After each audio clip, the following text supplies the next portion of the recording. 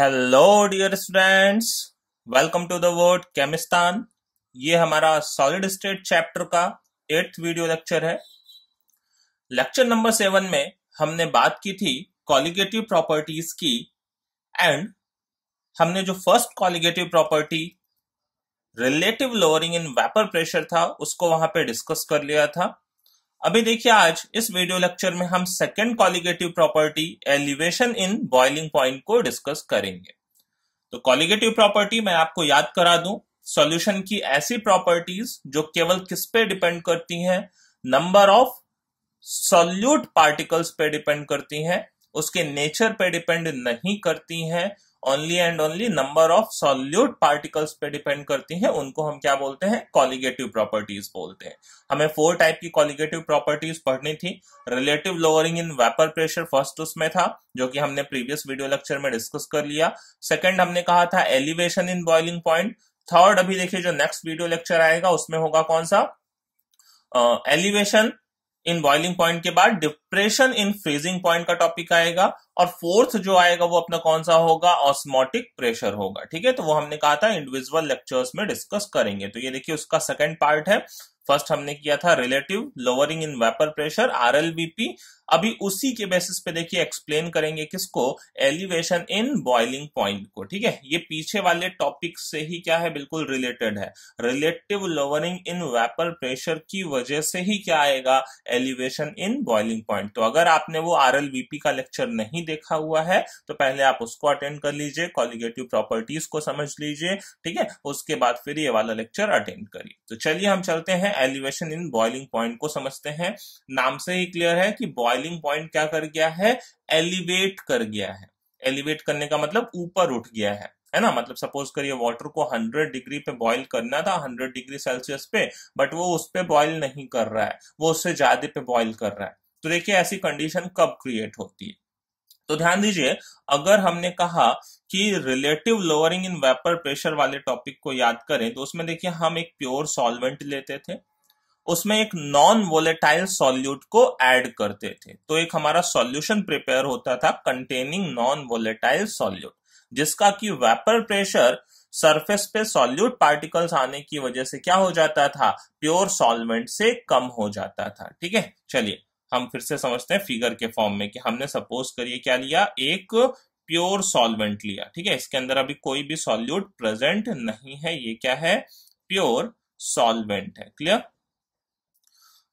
ये कुछ सॉल्वेंट के स्मॉल पार्टिकल्स, जो कि अभी तो फिलहाल हर जगह पे सॉल्वेंट पार्टिकल ही प्रेजेंट है।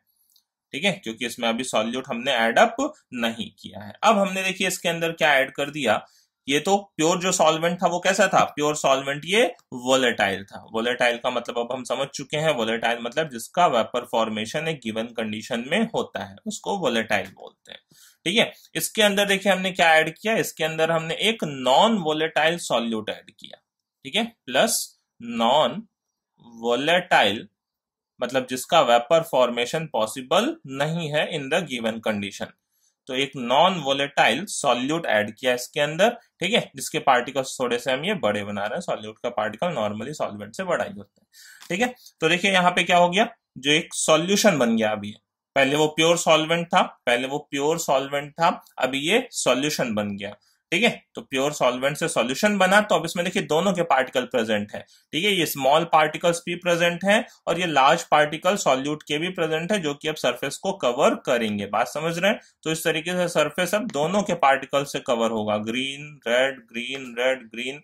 बात समझ रहे हैं, ठीक है। तो इस तरीके से क्या हो जाएगा, अब सरफेस का कुछ पार्ट कौन कवर कर लेगा, सरफेस का कुछ पार्ट वो नॉन वोलेटाइल सॉल्यूट भी कवर कर लेगा। क्लियर, जिससे वेपर फॉर्मेशन क्या होने लगेगा, कम होने लगेगा। पहले यहाँ पे वेपर फॉर्मेशन ज्यादा होता, ठीक है, अब सरफेस पे नॉन वोलेटाइल सॉल्यूट प्रेजेंट होने पे जो वेपर फॉर्मेशन हो जाएगा वो क्या हो जाएगा, कम हो जाएगा, जिसकी वजह से वेपर प्रेशर में क्या आ जाएगी, लोअरिंग आ जाएगी।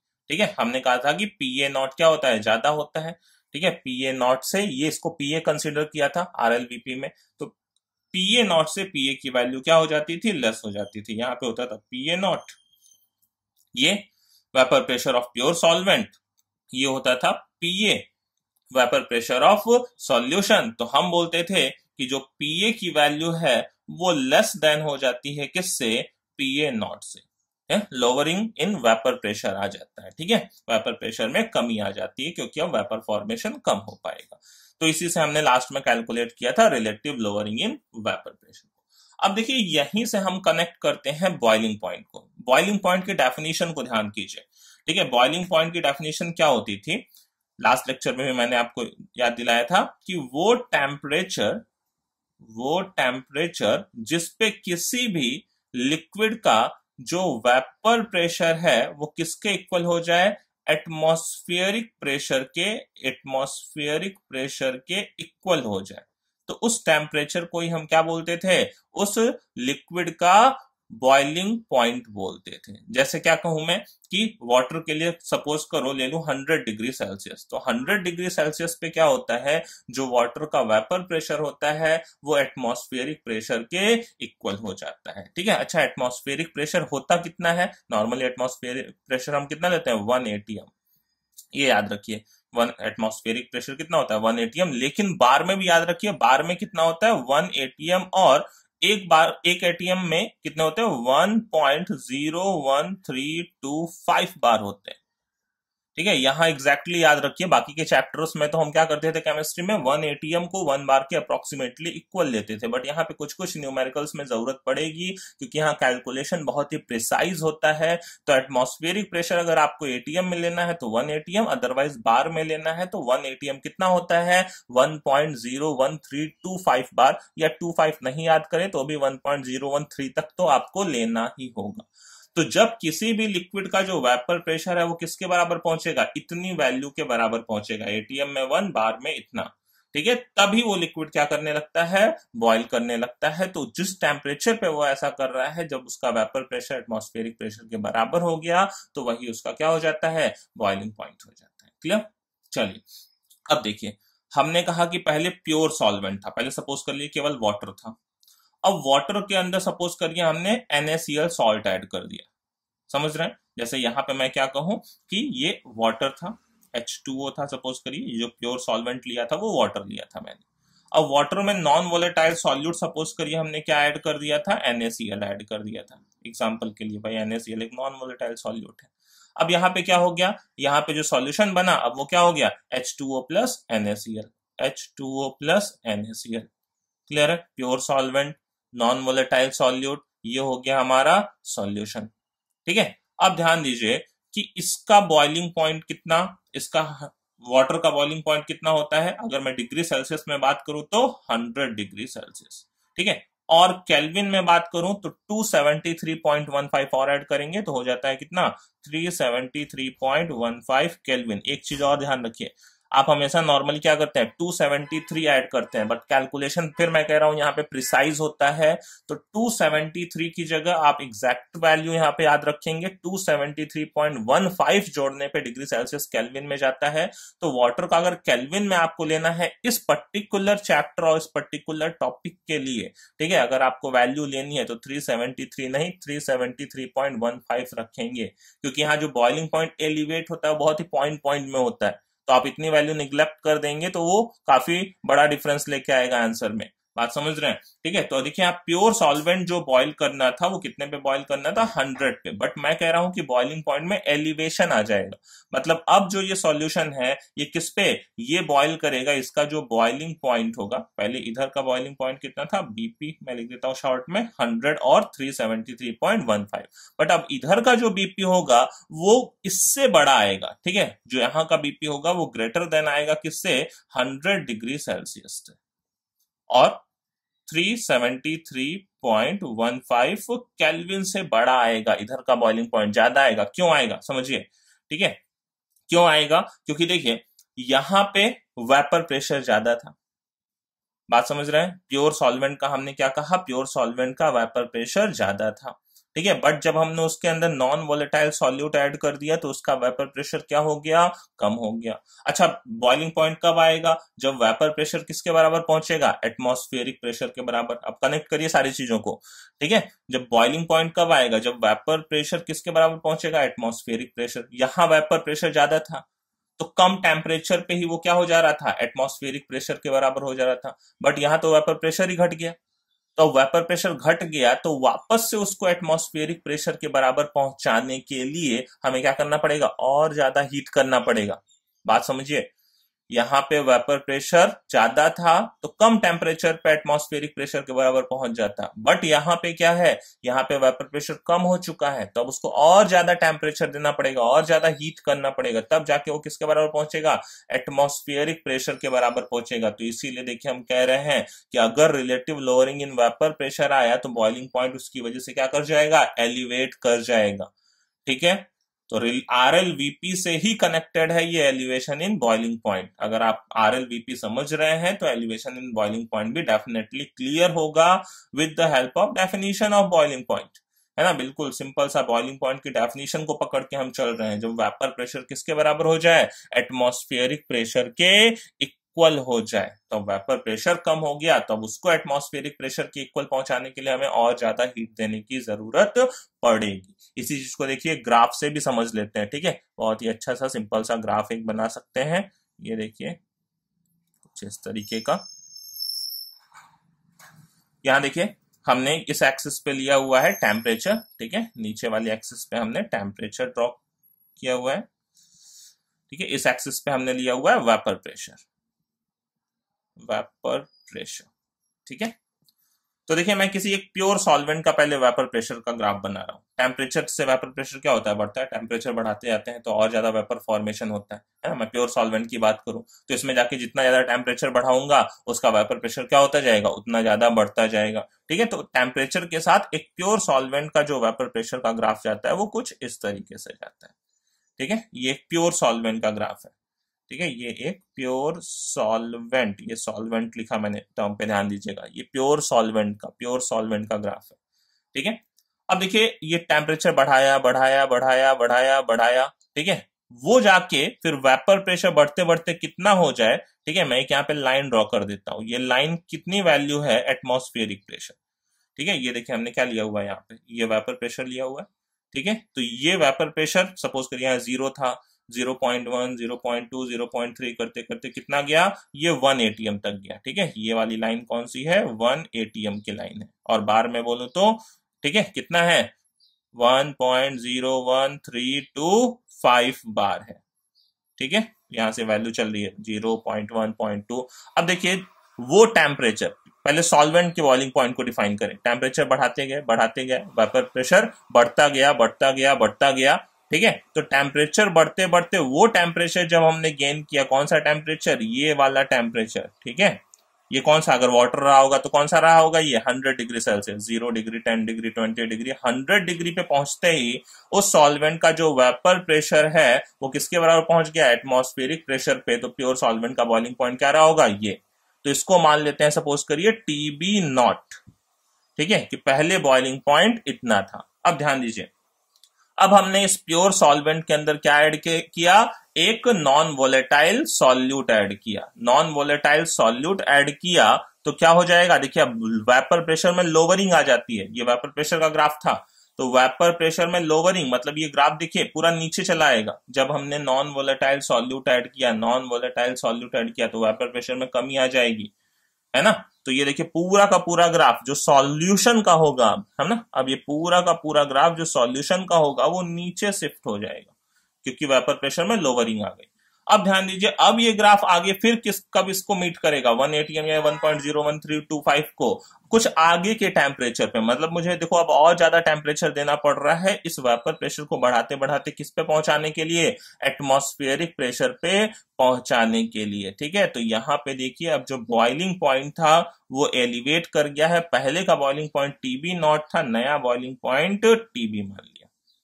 TB की वैल्यू TB0 से ज्यादा होगी। तो यहां पे देखिए हम लिख सकते हैं कितना एलिवेशन इन बॉइलिंग पॉइंट आया। ठीक है, एलिवेशन इन बॉइलिंग पॉइंट वो कितना आया, इक्वल टू TB। ठीक है, TB माइनस TB0। TB बाद का टेम्परेचर, ठीक है, और TB0 पहले का टेम्परेचर, या TB बाद का बॉइलिंग पॉइंट। ये किसका था, ये जो नीचे वाला ग्राफ था किसका था, वो सॉल्यूशन का था। ठीक है, सॉल्यूशन का। तो ये सॉल्यूशन का बॉइलिंग पॉइंट है और ये प्योर सॉल्वेंट का बॉइलिंग पॉइंट है। तो इतने से ये क्या कर गया, ये एलिवेट कर गया, आगे चला गया। ठीक है, तो ये जो वैल्यू है इसी को देखिए हम क्या लिख सकते हैं, डेल्टा टीबी, डेल्टा टीबी। और डेल्टा टीबी की वैल्यू क्या है, TB minus TB naught, TB minus TB naught, elevation in boiling point. ठीक है, जिसको हम डेल्टा टीबी लिख सकते हैं, delta TB is equal to TB minus TB naught. Clear, ये बात समझ गए, ये डेल्टा टीबी की वैल्यू है। अब देखिए डेल्टा टीबी कैलकुलेट कैसे करते हैं। ठीक है, ये डेल्टा टीबी कितने का एलिवेशन आया, डेल्टा टीबी कैलकुलेट कैसे करते हैं। तो एक्सपेरिमेंटली देखिए ऐसा देखा गया है कि जो भी एलिवेशन इन बॉइलिंग पॉइंट आता है वो सॉल्यूशन की मोलैलिटी, मोलल कंसंट्रेशन के डायरेक्टली प्रोपोर्शनल होता है। ठीक है, सॉल्यूशन की मोलैलिटी मोलल कंसंट्रेशन के डायरेक्टली प्रोपोर्शनल होता है। आप इस तरीके से जब भी ऐसा स्क्रीन आए तो एक बार स्क्रीनशॉट ले सकते हैं। स्क्रीनशॉट लेंगे तो वापस से आप उसको जब भी टाइम मिले रिवाइज कर सकते हैं। ठीक है, तो देखिए एलिवेशन इन बॉइलिंग पॉइंट मैं कह रहा हूं कि एक्सपेरिमेंटली देखिए किसके इक्वल होता है, डेल्टा टीबी डायरेक्टली प्रोपोर्शनल होता है molality of the solution, small m, ध्यान दीजिएगा स्मॉल एम लिख रहा हूं। ठीक है, पीछे आरएलबीपी में कौन सा टर्म आया था, मोल फ्रैक्शन आया था। यहां डेल्टा टीबी जो होता है वो डायरेक्टली प्रोपोर्शनल होता है मोलैलिटी ऑफ द सॉल्यूशन।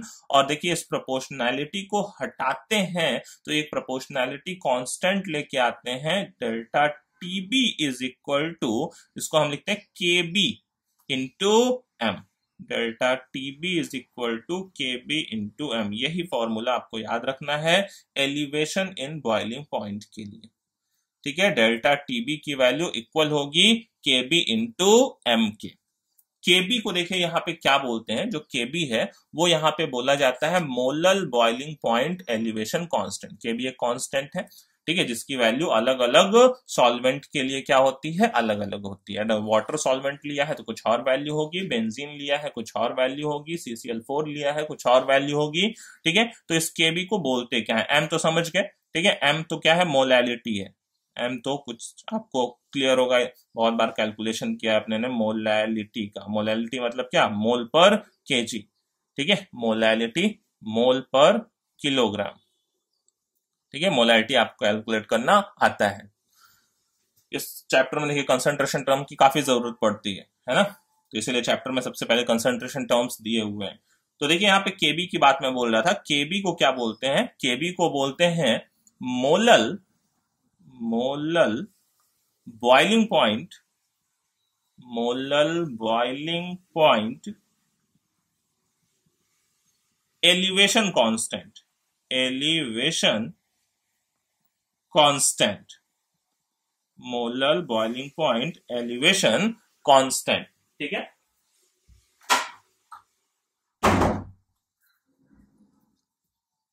या देखिए इसी को, और इसी को हम सिंपल केवल, ठीक है, ये बॉइलिंग पॉइंट ना बोले तो मोलल बॉइलिंग पॉइंट कांस्टेंट। ठीक है, मोलल बॉइलिंग, एलिवेशन ना बोले तो भी मोलल बॉइलिंग पॉइंट कांस्टेंट बोल सकते हैं। या इसी का देखिए एक और नाम है इबिलियोस्कोपिक कांस्टेंट। ठीक है, ध्यान दीजिएगा, इबिलियोस्कोपिक, स्पेलिंग लिख रहा हूं मैं, इबिलियोस्कोपिक कांस्टेंट। ठीक है, कांस्टेंट, इबिलियोस्कोपिक कांस्टेंट। क्लियर, अब देखिए इसकी एक डेफिनेशन दी जाती है, इबिलियोस्कोपिक कांस्टेंट या मोलर बॉइलिंग पॉइंट कांस्टेंट केबी की एक डेफिनेशन दी जाती है। वो कैसे दी जाती है, ठीक है, वो मैं आपको देखिए दूसरे पेज पे लिखता हूं। ये बात आई होप आप क्लियर हो गई होगी, है ना। ये जो पूरा यहाँ पे लॉजिक है कि क्यों बॉइलिंग पॉइंट एलिवेट हुआ है, उसको वापस से अगर आपको नहीं समझ में आया है तो वापस से एक बार वीडियो को रिकैप करके देख सकते हैं। ठीक है, तो यहां से देखिए हम क्या कह रहे हैं कि जो molar boiling point elevation constant है, इसका एक सिंपल सा डेफिनेशन दिया जाता है कि अगर मैं क्या करूं, जो मोलैलिटी की वैल्यू है वो 1 रख दूं। ठीक है, ठीक है, जो सॉल्यूशन है, ठीक है, उसकी कितनी मोलैलिटी ले लूं, वो 1 ले लूं। तो मोलैलिटी की वैल्यू 1 ले लूं तो क्या हो जाएगा, डेल्टा टीबी की वैल्यू केबी हो जाएगी, है ना। किसके लिए, फॉर 1 मोलल सॉल्यूशन। ठीक है। तो if molality is equal to 1, delta TB ही इक्वल टू क्या हो जाएगा, केबी के इक्वल हो जाएगा। क्लियर है। तो देखिए यहां से एक डेफिनेशन लिखी जाती है कि KB is defined as the elevation, KB is defined as the elevation in, ठीक है, यही तो एलिवेशन है, delta TB is defined as the elevation in boiling point for 1 molar solution, 1 molar solution के लिए, ठीक है। अगर सॉल्यूशन की मोलैरिटी कितनी है, 1 है, तो Kb किसके इक्वल है, डेल्टा Tb के इक्वल है, ठीक है। तो यहां से लिख सकता हूं कि Kb is defined as,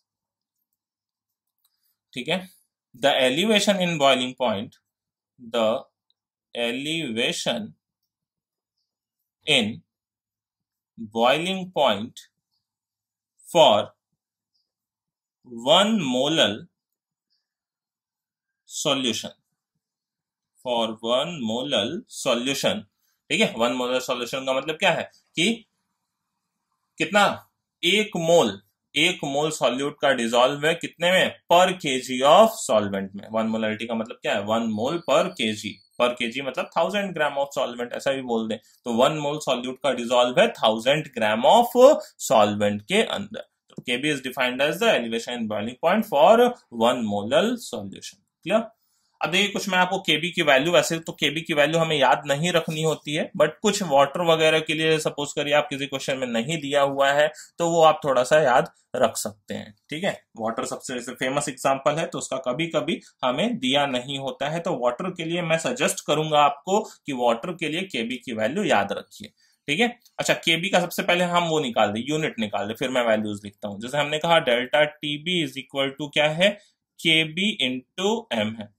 तो केबी की वैल्यू क्या हो जाएगी, delta TB by m, KB is equal to delta TB by m. अच्छा, डेल्टा टीबी क्या है, टेम्परेचर, केल्विन में सपोज करिए, मोस्ट ऑफ केल्विन में ही लेते हैं, ठीक है, केल्विन में ही लेंगे, बराबर। अच्छा, डिफरेंस के लिए एक चीज मैं ये बता दूं, डिफरेंस के लिए क्या है, डिफरेंस तो आप चाहे दोनों वैल्यूज डिग्री सेल्सियस लेके कैलकुलेट करिए, चाहे वो डिफरेंस डिग्री सेल्सियस लेके कैलकुलेट करिए, चाहे वो केल्विन लेके कैलकुलेट करिए, दोनों में ही डिफरेंस तो दोनों स्केल पे क्या आते हैं, सेम आते हैं। तो सपोज करिए आपको टीबी और TB naught, TB degree Celsius में ले रहे हैं, टीबी नॉट डिग्री सेल्सियस में ले रहे हैं, तो भी डिफरेंस लेंगे तो क्या आएगा, वही सेम वैल्यू आएगी जब वो दोनों वैल्यूज किस में लेंगे, केल्विन में लेंगे। बात समझ रहे हैं। तो अगर आपको डिफरेंस निकालना है तो डिफरेंस को हमें कभी भी केल्विन को डिग्री सेल्सियस और डिग्री सेल्सियस को केल्विन में कन्वर्ट करने की जरूरत नहीं है, दोनों ही स्केल पे क्या है, टेम्परेचर का जो डिफरेंस है वो तो सेम आना है। बात समझ रहे हैं, ठीक है। तो डेल्टा टीबी सपोज करिए केल्विन में लिया हुआ है, तो मोलैलिटी मोल पर किलोग्राम होता है, केजी देखिए ऊपर जाएगा, तो ये देखिए क्या लिख सकते हैं, केबी की जो यूनिट है वो केल्विन, ठीक है, किलोग्राम, मोल ऊपर जाएगा, मोल इनवर्स, केल्विन किलोग्राम पर मोल, ये होती है आपकी यूनिट किसकी, केबी की। बात समझ गए, केबी की यूनिट केल्विन किलोग्राम पर मोल, यहीं से देख सकते हैं केल्विन, यहां से उधर जाता है क्या हो जाता, किलोग्राम पर मोल, मोल पर केजी उधर जाता तो किलोग्राम पर मोल हो जाता, ठीक है। तो ये यूनिट का हम ज्यादातर यूज करते हैं किसके लिए, केबी की वैल्यूज के लिए, ठीक है, केल्विन किलोग्राम पर मोल, या ऐसा भी बोल सकते हैं केल्विन पर मोलैलिटी। और देखिए सिंपल सा बोलते हैं, मोलैलिटी उधर जाता है तो मोलैलिटी इनवर्स हो जाता, ठीक है। तो ऐसा भी बोल सकते थे केल्विन पर मोलैलिटी, स्मॉल एम का मतलब वही मोलैलिटी, तो ऐसा भी बोलते हैं, ठीक है। तो देखिए यहाँ पे अगर मैं वैल्यूज की मैं बात करूं, कुछ वैल्यूज, एक पर्टिकुलर टेम्परेचर मतलब वही बॉइलिंग पॉइंट पे जब भी उसका है, तो वाटर जैसे प्योर सॉल्वेंट वाटर के लिए, H2O के लिए इसकी केबी की वैल्यू होती है, ठीक है, 0.52, ठीक है, यूनिट उसी में है भाई, केल्विन पर मोलैलिटी या केल्विन किलोग्राम पर मोल। ऐसे ही इथेनॉल के लिए अगर मैं बात करूं, C2H5OH के लिए बात करूं, तो इसके लिए केबी की वैल्यू है, ठीक है, 1.20। वाटर का जैसे मैं बॉइलिंग पॉइंट की बात करूं तो कितना, 373.15। इथेनॉल के बॉइलिंग पॉइंट की बात करूं, अच्छा इथेनॉल वाटर से ज्यादा बॉइलिंग पॉइंट रखता है या कम रखता है, ठीक है, तो ध्यान दीजिए कम रखता है। इथेनॉल का जो बॉइलिंग पॉइंट है वो कितना होता है, 351.5, ठीक है, यहाँ पे, क्योंकि वाटर में क्या होती है, हाइड्रोजन बॉन्डिंग होती है ना, वाटर में हाइड्रोजन बॉन्डिंग होती है इथेनॉल से ज्यादा। यहाँ पे एक वाटर मॉलिक्यूल 4 वाटर मॉलिक्यूल का के साथ हाइड्रोजन बॉन्डेड होता है, तो वहां पे क्या होता है, वेपर फॉर्मेशन की टेंडेंसी कम हो जाती है, तो इसीलिए उसका देखिए जो बॉइलिंग पॉइंट है वो अल्कोहल से क्या होता है, ज्यादा होता है। अल्कोहल भी हाइड्रोजन बॉन्ड बनाता है बट उतने नहीं बना पाएगा जितना वाटर बना सकता है, ठीक है। तो यहाँ पे देखिए बॉइलिंग पॉइंट इसका कम होता है, ठीक है। इसकी केबी की वैल्यू ज्यादा है, बराबर। तो इस ये भी वही यूनिट सेम है। इसके अलावा देखिए बेंजीन की भी मैं लिख देता हूँ, C6H6 बेंजीन के लिए, बेंजीन के लिए केबी की वैल्यू, बेंजीन का जो बॉइलिंग पॉइंट है वो 353.3 है, ठीक है। ये सब याद रखने की जरूरत नहीं है, हाँ ये वैल्यू थोड़ी सी बस ये आप याद रखिएगा, वाटर वाली 0.52, ठीक है। बेंजीन के लिए देखिए 2.53, ये भी आपको बहुत सारे क्वेश्चंस में देखने को मिलेगा, बट ज्यादातर बेंजीन जो होता है उसका दिया रहता है, ठीक है। बट ये मैं आपको सजेस्ट करूंगा जो वाटर के लिए केबी की वैल्यू है 0.52, वो याद रखिए। क्लियर। ऐसे और भी बहुत सारे अपने पास लिक्विड्स हैं, सॉल्वेंट हैं, जिनका क्या है केबी की वैल्यू आपका एक चार्ट में दिया होता है, बट उसे याद करने की कोई रिक्वायरमेंट नहीं होती है। क्लियर है। चलिए अब हम चलते हैं किसके ऊपर, ये केबी को कैलकुलेट करने का एक छोटा सा फॉर्मूला होता है, ठीक है। उस फॉर्मूले को देख लेते हैं, बराबर। देखिए केबी को अगर कैलकुलेट करना है तो एक मैं फॉर्मूला इधर साइड में लिखता हूं, कभी कभी इसका यूज अच्छे क्वेश्चंस में करने को मिल जाता है हमें, ठीक है। केबी की वैल्यू जो होती है, हमें यहाँ पे डेरिवेशन नहीं है कोई, ठीक है, सीधा याद रखना है, mr टीबी का square divided by 1000 into delta vaporisation h, enthalpy of vaporisation, ठीक है। ये आपकी केबी की वैल्यू को कैलकुलेट करने के लिए एक फॉर्मूला है, ठीक है। कभी कभी अच्छे क्वेश्चंस में इसका भी हमें यूज करना पड़ता है। यहाँ पे देखिए क्या क्या है, ठीक है। m क्या है, m molar mass of solvent है, ठीक है। जो ये कैपिटल M लिखा है, मोलैरिटी मत समझिएगा, ये कैपिटल M मोलर मास है, मोलर मास वो किसका है, वो भी ऑफ सॉल्वेंट है, ठीक है। मोलर मास ऑफ सॉल्वेंट है। फिर ये R क्या है, R गैस कांस्टेंट है, R gas constant, gas constant, इसकी वैल्यू आपको पता ही होती है, कितनी होती है, जो जूल पर केल्विन पर मोल में, है ना, 8.314, 8.314 11 से पढ़ते आ रहे हैं, जूल पर केल्विन पर मोल, ठीक है। टीबी क्या है यहाँ पे, टीबी बॉइलिंग पॉइंट है, ठीक है। TB is the boiling point, TB boiling point, ये बॉइलिंग पॉइंट जैसे वाटर का रखना है तो कितना, ये 373.15, ठीक है। तो टीबी यहाँ पे क्या है, बॉइलिंग पॉइंट है, बॉइलिंग पॉइंट। क्लियर। फिर यहाँ पे देखिए जो 1000 है वो तो एक कन्वर्जन फैक्टर के लिए लिया हुआ है। डेल्टा वेपराइजेशन क्या है, ठीक है, लेटेंट हीट ऑफ वेपराइजेशन, ठीक है। ये डेल्टा VAPH क्या है, latent heat of vaporisation, latent heat of vaporisation, vaporisation. Clear. तो ये सारी वैल्यू जब हम रखते हैं तो यहां से केबी हमें कैलकुलेट होके मिल जाता है, ठीक है। जैसे मैं वाटर के लिए अभी ये सारी वैल्यूज रख दूं तो देखिए वाटर के लिए अभी मैं ये वाटर के लिए अगर मैं केबी की वैल्यू निकालू, ठीक है, तो वाटर के लिए देखिए केबी क्या हो जाता है, इक्वल टू वाटर का देखिए मोलर मास कितना है 18, ठीक है, into R gas constant 8.314 into TB water का जो बॉइलिंग पॉइंट है वो कितना है 373.15, 373.15 का होल स्क्वायर, ठीक है, डिवाइडेड बाय इस ऊपर वाले टर्म को देखिए मारुति याद रख सकते हैं, मारुति का स्क्वायर, ठीक है, हाँ बस टी का स्क्वायर है, पूरे का स्क्वायर नहीं है, ये ध्यान रखिएगा, ठीक है। Maruti square divide by 1000 delta H, है ना, 1000 डेल्टा, डेल्टा एच तो भाई ऑब्वियस सा क्लियर है, बॉइलिंग पॉइंट पे है तो क्या होगा, एंथैल्पी ऑफ वेपराइजेशन ही होगा, ठीक है। तो यहाँ पे क्या हो जाता है, देखिए ये 1000 और ये डेल्टा वेपराइजेशन एच जो होता है वाटर के लिए, अगर मैं बात करूं एंथैल्पी ऑफ वेपराइजेशन, ठीक है, जो डेल्टा वेपराइजेशन एच होता है वाटर के लिए अगर मैं बात करूं तो ये होता है, ठीक है, 2.257 किलो जूल पर ग्राम होता है, ठीक है। ये किलो जूल पर ग्राम में एक्चुअली वैल्यू होती है 2.257 वाटर के लिए लेटेंट हीट, ठीक है, 2.257, ये आपको फिजिक्स वगैरह में भी ये वैल्यूज आपको देखने को मिलेंगी। ठीक है, तो यहाँ से देखिए इसको कन्वर्ट करते हैं। ठीक है, ये किसके लिए है, ये तो है किलो जूल पर ग्राम के लिए, पर मोल के लिए निकालूं तो क्या करना पड़ेगा, 18 से मल्टीप्लाई करना पड़ेगा। ठीक है, और क्या करूंगा, इसको जूल में कन्वर्ट करूंगा तो 1000 से और मल्टीप्लाई करना पड़ेगा। ठीक है, तो ये किसमें हो जाएगा, जूल पर मोल में। अगर यही वैल्यू जूल पर मोल में कन्वर्ट करता हूं तो ये जो डेल्टा वेपराइजेशन एच लिखना है यहाँ पे देखिए कितना हो जाएगा, ये तो वैल्यू हो गई 2.257 इंटू 18 कर दिया पर मोल में, क्योंकि ये पर ग्राम के लिए था, वाटर के 1 मोल में 18 ग्राम होता है, और इंटू 1000 से और मल्टीप्लाई कर दिया क्योंकि ये किलो जूल को जूल में कन्वर्ट करना था। तो यहीं से देखिए केबी की वैल्यू निकल के कितनी आ जाती है, 0.512 किलोग्राम पर मोल। ठीक है, किलोग्राम पर मोल, केल्विन किलोग्राम पर मोल। ठीक है, केल्विन किलोग्राम पर मोल है ना, केल्विन किलोग्राम पर मोल। ठीक है, यूनिट थी।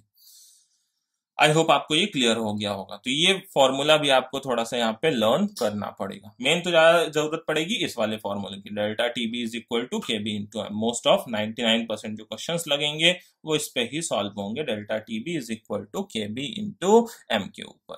ठीक है, तो चलिए अब आते हैं हम अपने न्यूमेरिकल पोर्शन के ऊपर।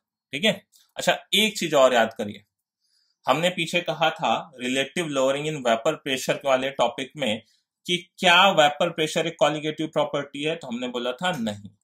क्या lowering in vapour pressure colligative property है, तो हमने बोला था नहीं। क्या relative lowering in vapour pressure colligative property है, तो हमने बोला था हाँ।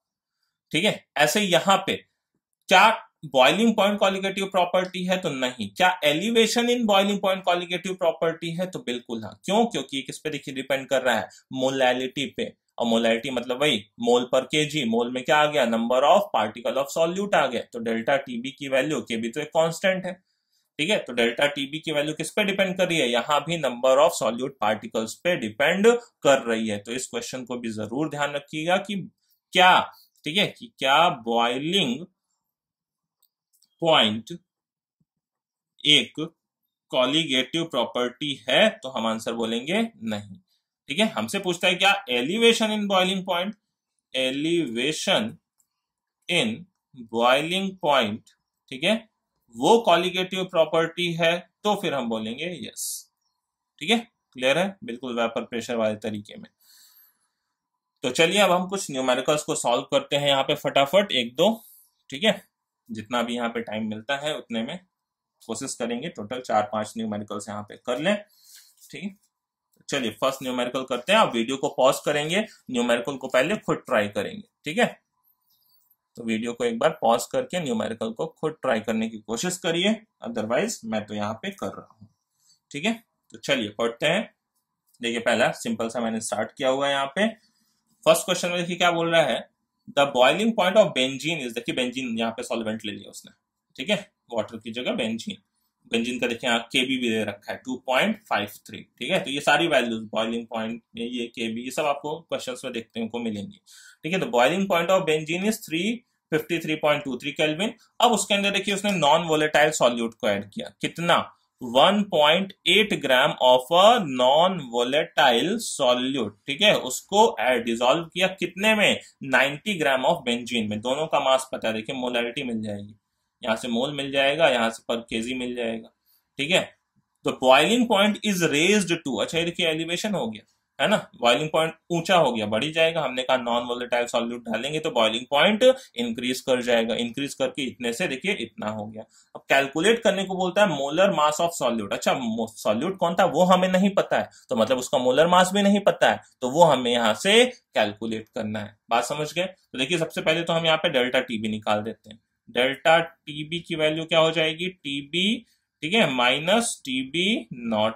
क्लियर है, या जो भी ज्यादा है उसमें से कम वाले को माइनस कर दिया, एलिवेशन हुआ ही है। ठीक है, तो कितना हो गया, ये टीबी था, वो टीबी नॉट था। ठीक है, तो ये 354.11 माइनस 353.23 हो जाएगा। ठीक है, तो डेल्टा टीबी देखिए यहां से कितना आ जाएगा, 0.88 केल्विन। ठीक है, फिर यहां से देखिए हम लिख सकते हैं, अब सीधा फॉर्मूला लगा देता हूं मैं, delta TB is equal to KB into m. अच्छा एक चीज याद करिए, हमने कहा था कॉलिगेटिव प्रॉपर्टीज का ज्यादातर यूज हम क्या मोलर मास ऑफ सॉल्यूट को कैलकुलेट करने में करते हैं। तो देखिए पहला एक क्वेश्चन ही वही है, यहाँ पे भी मोलर मास ऑफ सॉल्यूट को कैलकुलेट करना है।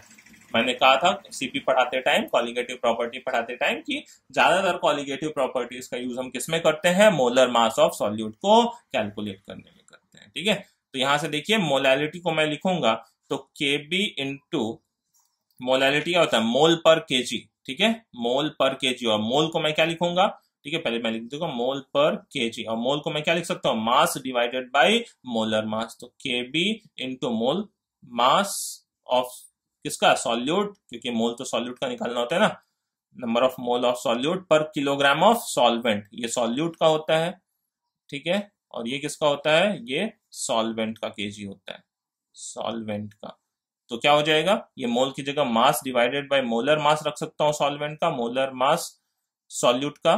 ठीक है, और divided by kilogram of solvent. ठीक है, तो ये मोल को इस तरीके से लिख सकता हूं। बस सिंपल सा वैल्यूज रख दीजिए यहाँ पे। डेल्टा टीबी कितना था, डेल्टा टीबी की वैल्यू इतने के इक्वल करनी थी हमें, तो डेल्टा टीबी कितना था 0.88 इज इक्वल टू केबी, केबी देखिए दिया हुआ था 2.53।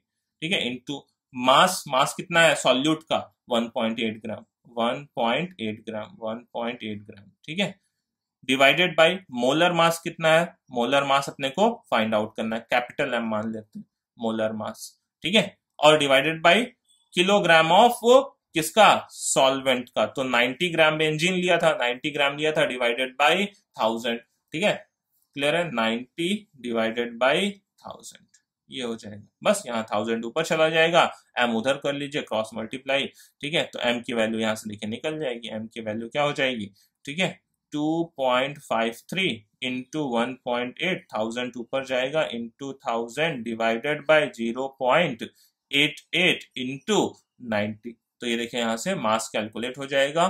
ठीक है, molar mass of solute, molar mass of solute 57.5, मैं डायरेक्ट लिख रहा हूं। ठीक है, ग्राम पर मोल, आप कैलकुलेशन कर सकते हैं।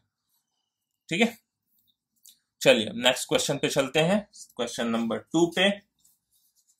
अगेन आप एक बार वापस से वीडियो को पॉज करिए और क्वेश्चन को खुद समझिए, पहले 2 बार रीड करिए एटलीस्ट क्वेश्चन को, क्वेश्चन क्या कह रहा है।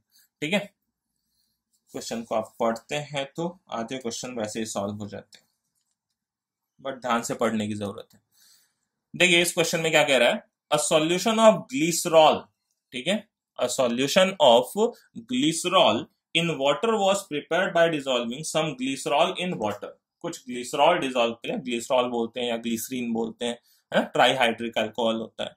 This solution has a boiling point of 100.42। देखिए अब यहाँ पे 100.42 बॉइलिंग पॉइंट है, तो प्योर वाटर का तो कितना रहा होगा 100, प्योर वाटर का 100 रहा होगा। हमने उसके अंदर ग्लिसरॉल डाला होगा तो उसका बॉइलिंग पॉइंट क्या कर गया हो गया, एलिवेट कर गया होगा। कितने से एलिवेट कर गया, देखिए 0.42। वही मैं कह रहा हूं, अब डिग्री सेल्सियस में आप डिफरेंस लो, केल्विन में डिफरेंस लो, सेम ही आएगा। ठीक है, तो डिफरेंस कितने का आएगा, 0.42 का आएगा।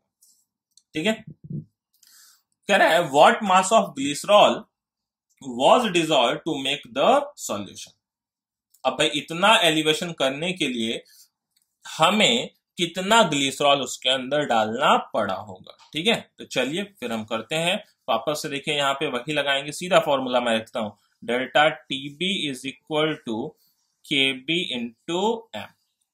अब देखिए मैं सीधे वैल्यूज लिख रहा हूं, अब समझिए डेल्टा टीबी एलिवेशन, एलिवेशन कितने का आया, वाटर का होता 100, 100 से बढ़ के हो गया एलिवेशन 10.42, तो एलिवेशन कितने का आया 0.42, समझ रहे हैं 0.42 का एलिवेशन आया, is equal to K B, water के लिए देखिए दे रखा है 0.512 इंटू मोलैरिटी। अब देखिए मैं सीधा लिख रहा हूं, मोलैरिटी मोल पर केजी, मोल निकालना है, मास डिवाइडेड बाय मोलर मास। अच्छा मास ही तो हमें नहीं पता है, मास ऑफ ग्लिसरॉल वही तो फाइंड आउट करना है। ठीक है, तो मास divided by molar mass glycerol, तो मोलर मास देखिए ग्लिसरॉल का कितना हो जाएगा, ये टोटल ऐड करिए, 12 3 36, 36 और प्लस 8, 36 8 44, 44 और प्लस कितना हो जाएगा 48, 44 प्लस 48 92 हो जाएगा। तो मास डिवाइडेड बाय मोलर मास 92 हो गया, ये मोल ऑफ सॉल्यूट लिख दिया है ना, मोल हो गया। पर केजी लिखना है, अब केजी क्या देखिए 500 ग्राम था, तो 500 डिवाइडेड बाय 1000 हो गया,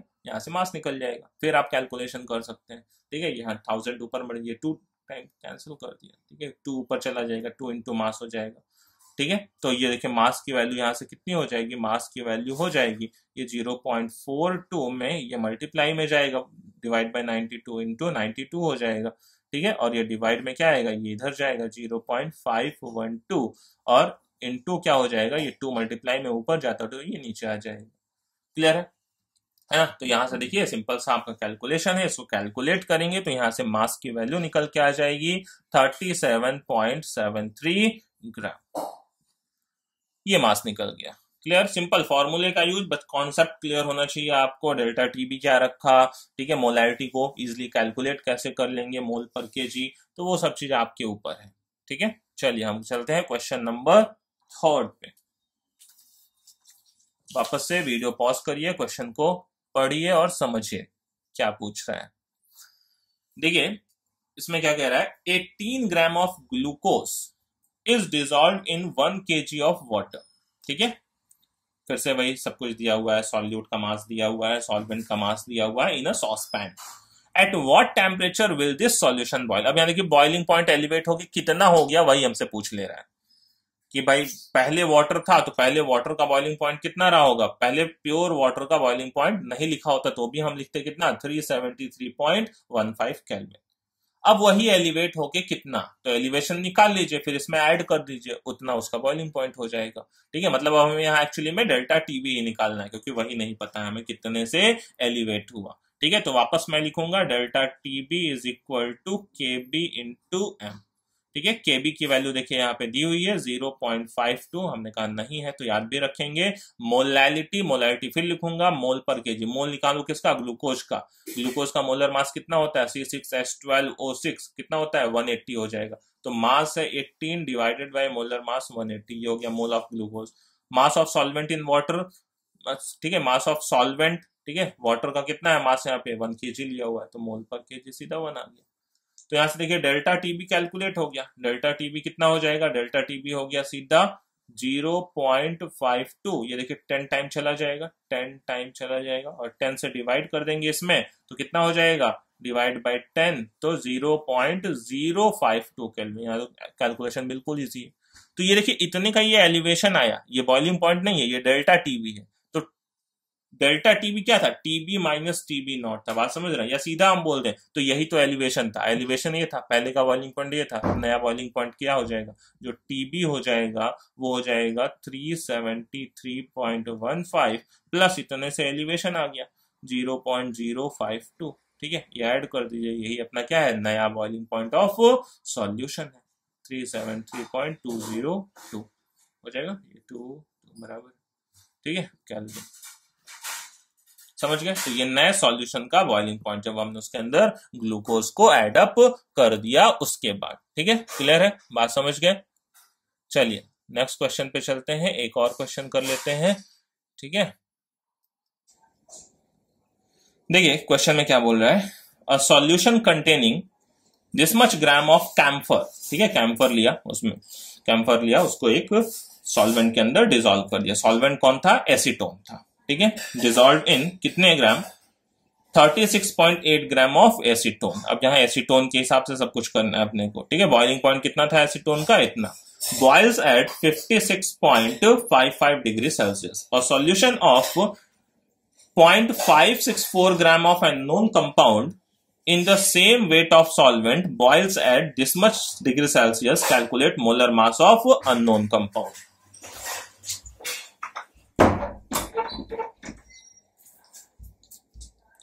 तो देखिए यहां पे क्या है, हमें दो कंडीशन एक्चुअली में दी हुई हैं। एक क्या दिया हुआ है, पहले कैम्फर को हमने एसीटोन में डाला तो वो इतने की जगह इतने पे बॉईल कर रहा था। दूसरा एक और अननोन कंपाउंड लिया हमने, अब कैम्फर नहीं, दूसरा एक अननोन कंपाउंड लिया, ठीक है। जब उसका सेम वेट हमने डाला, ठीक है, सेम वेट जितना कि कैम्फर डाला था, सेम वेट डाला हमने किसके अंदर, एसीटोन के अंदर, तो उसका बॉइलिंग पॉइंट इतने की जगह इतना हो गया। बात समझिए, यानी कि 3 बॉइलिंग पॉइंट आपको दिख रहे हैं। ये नॉर्मल एसीटोन का बॉइलिंग पॉइंट है, फिर उसके अंदर हमने कैम्फर डाला था तो बॉइलिंग पॉइंट इतना हुआ था, अब कैम्फर की जगह उसके अंदर अगर हमने एक और अननोन कंपाउंड दूसरा डाला होता तो बॉइलिंग पॉइंट इंक्रीज होके इतना हो गया होता। तो अब कैलकुलेट करने को क्या बोल रहा है, molar mass of the unknown compound, उस अननोन कंपाउंड का मोलर मास कितना था। तो अब एक चीज यहां पे समझिए, हमें यहाँ पे केबी की वैल्यू कहीं नहीं दिख रही है, ठीक है। एसीटोन के लिए केबी की वैल्यू हमें कहीं पे भी नहीं दिख रही है। देखिए पहले वाला जो कंडीशन दिया हुआ है उससे हम केबी की वैल्यू को कैलकुलेट कर सकते हैं, वहां सब कुछ दिया हुआ है। अब एसीटोन तो हमने दूसरे कंडीशन में भी लिया हुआ है, तो दूसरी कंडीशन के लिए फिर हम वही केबी की वैल्यू उठा के क्या कर सकते हैं, पुटअप कर सकते हैं, या दोनों की केबी की वैल्यूज को क्या कर सकते हैं, इक्वेट कर सकते हैं, ठीक है। तो सबसे पहले देखिए हम पहली वाली कंडीशन को, केस 1 को लेके, जो केस 1 दिया हुआ था उससे केबी की वैल्यू को कैलकुलेट करेंगे, ठीक है। तो हम यहां पे लिख सकते हैं फ्रॉम कंडीशन 1, ठीक है, फ्रॉम कंडीशन 1। तो देखिए कंडीशन 1 से मैं लेता हूं तो लिखता हूं delta TB is equal to KB into M.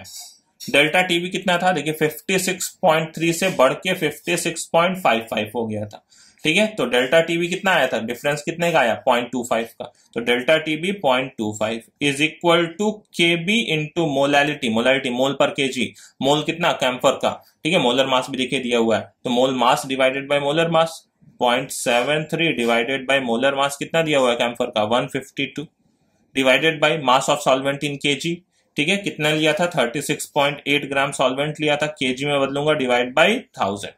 Simple, यहां से देखिए पहली वाली कंडीशन से केबी निकल गया, केबी की वैल्यू देखिए यहाँ पे कैलकुलेट करेंगे तो आ जाएगा 1.92 केल्विन किलोग्राम पर मोल या केल्विन पर मोलैलिटी, ठीक है। ये मैं कैलकुलेट नहीं कर रहा हूं, डायरेक्ट लिख रहा हूं।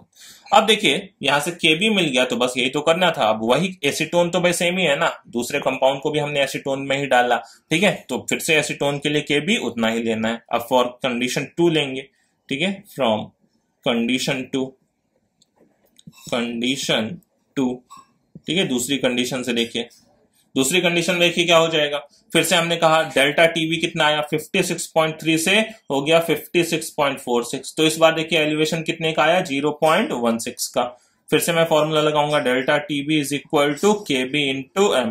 डेल्टा टीबी कितने का आया, ठीक है, 0.16 का आया, इक्वल टू केबी, अब केबी तो हमें मिल गया है 1.92 into molality, mole per kg, मोल कितने का हो गया। फिर से देखिए मोल, अब अननोन कंपाउंड का मास हमें पता है, कितना डालना था हमने अननोन कंपाउंड का मास 0.564, 0.564 डिवाइड बाय मोलर मास हमें नहीं पता है, मोलर मास अननोन है, मोलर मास रख दिया एम। मास ऑफ सॉल्वेंट, ठीक है, वो तो सेम वेट ऑफ सॉल्वेंट में डाला, सेम वेट ऑफ सॉल्वेंट में डाला, सेम वेट ऑफ सॉल्वेंट, अब भी वेट कितना है उसका 36.8 ही है, डिवाइडेड बाय 1000। बात समझ गए, बस इसको यहां से देखिए मोलर मास कैलकुलेट करेंगे, मोलर मास कैलकुलेट करेंगे, यहां से देखिए एम मोलर मास की वैल्यू आ जाएगी of solute is equal to 183.9, ठीक है, ग्राम पर मोल। आप कैलकुलेशन करिएगा, मैं कैलकुलेशन नहीं कर रहा हूं, ठीक है।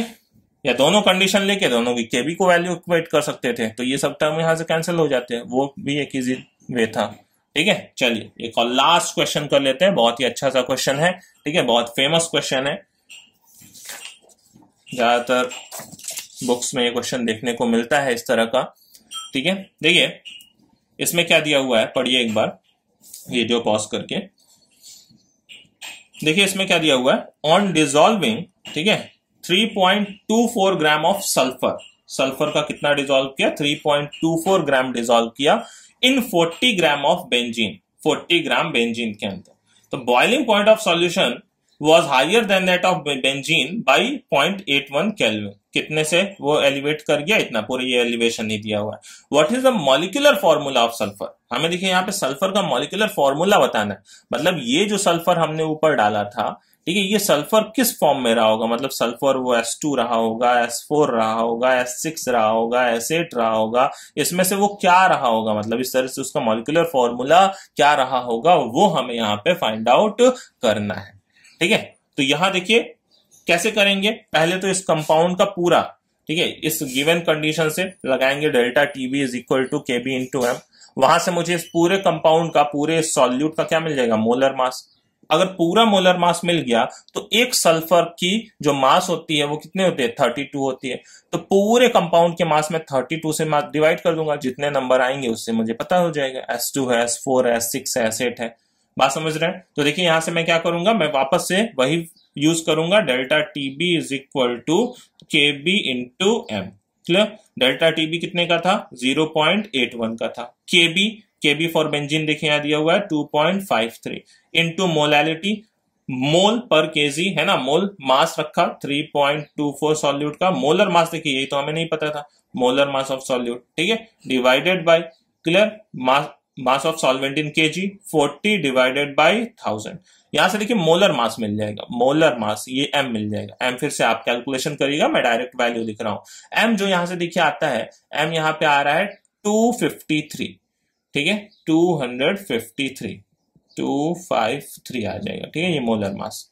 अब देखिए यहां पे मैं कहूं ये तो पूरे कंपाउंड का था, अब चाहे वो S2 रहा हो, S4 रहा हो, S6 रहा हो, S8 रहा हो, वो नहीं पता। अब 32 से मैं डिवाइड कर दूंगा, 32 एक सल्फर का होता है, तो पूरे मास में 32 से डिवाइड कर दूंगा, पता चल जाएगा इसमें कितने सल्फर रहे होंगे। ठीक है, बात समझ रहे हैं? तो एटॉमिक मास ऑफ सल्फर 32 है, ठीक है, तो यहां से मॉलिक्यूलर फॉर्मूला जो हो जाएगा उसके नंबर्स कितने हो जाएंगे सल्फर के, ठीक है, तो number of sulphur in one molecule, ठीक है, सल्फर वो कितना होगा 253 डिवाइडेड बाई 32।